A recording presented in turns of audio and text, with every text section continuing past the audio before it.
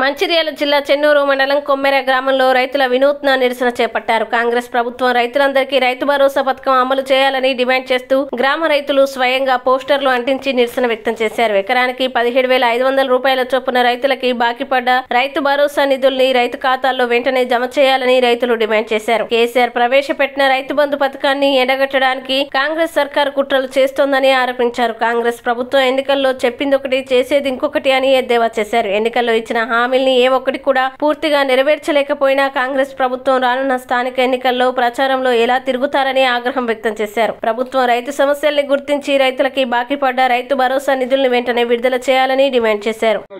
2 లక్షల రుణమాఫీ అన్నాడు. 2 లక్షల రుణమాఫీ కూడా మన కొమ్మెర్ల 40 మంది కూడా కాలేదు. వాళ్ళ కార్యకర్తలకే కాలే. రేపు మేము వాళ్ళే అనుకుంటాను ఇళ్ళ గుసగుసలు. మేము ఏ ముఖం పెట్టుకొని ప్రజలకి వెళ్తాం. మరి రానున్న రోజుల్లో సర్పంచ్ ఎలక్షన్ ఉన్నాయి, మున్సిపాలిటీ ఎలక్షన్ ఉన్నాయి.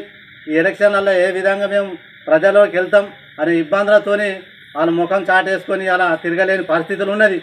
అటువంటి ప్రభుత్వాన్ని ఇలా ప్రజలు రైతులు ఎక్కడ చూసినా ఇలా ఆటో డ్రైవర్లు కూడా బస్సు ఫ్రీ చేయబట్టి ఏ పాట చూసినా సారే కావాలి మన తెలంగాణ పల్లెలు అనే నిదానంతో ఆటో డ్రైవర్లు ప్లస్ టాటా డ్రైవర్లు కూడా ఆ పాటలు పెట్టుకొని మేము మోసపోయినాం.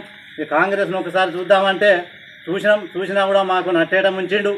మరి మళ్ళా కాంగ్రెస్ ప్రభుత్వాన్ని మళ్ళీ ఒకసారి గెలిపిస్తే ఇక మేము మళ్ళీ వలసపోయే రోజులు వస్తాయని తెలంగాణ ప్రజలందరూ అనుకొని మన కేసీఆర్ రావాలి. ఇప్పుడు ఎక్కడున్నా అట్లా కళ్ళాల బోనస్ అన్నాడు. బోనస్ కూడా ఇంకా సగం మంది కూడా వాళ్ళలేదు. కరెంటు మీటర్లు అన్నాడు, కరెంటు మీటర్లకు రాలేదు. గ్యాసులు అన్నాడు, గ్యాసులో రాలేదు.